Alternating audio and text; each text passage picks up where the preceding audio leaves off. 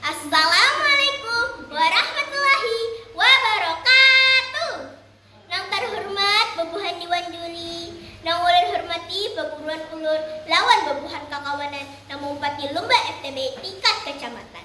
Nang berbahagia. Penambayan, mari kita panjatkan puji dan syukur kehadiran Allah Subhanahu wa taala.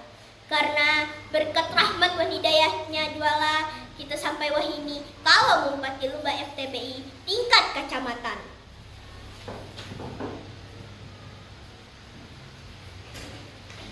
Selanjutnya, berdirinya ulun di sini, ulun hendak menyampaikan sebuah pepadahan yang pasti kita pikirkan di umur kita wahini, yaitu mengenai impian kita sebagai anak muda di zaman kita yang sudah maju ini.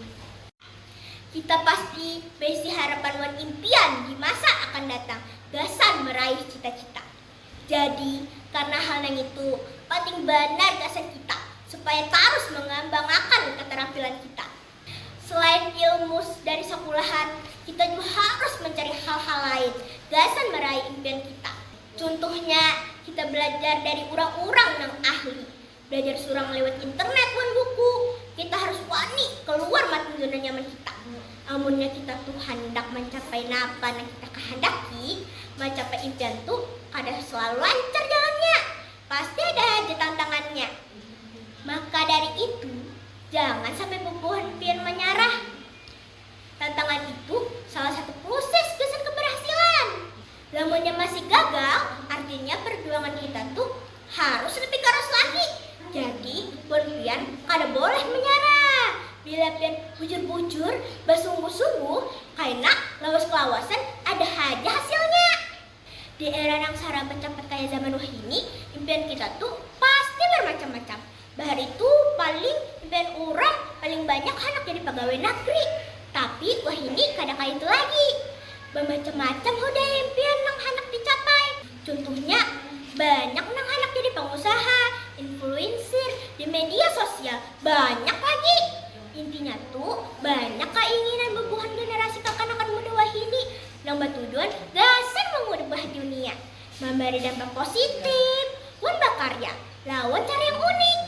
Wahini kita hidup di dunia yang berhidup dan tantangan, tapi banyak juga peluangnya.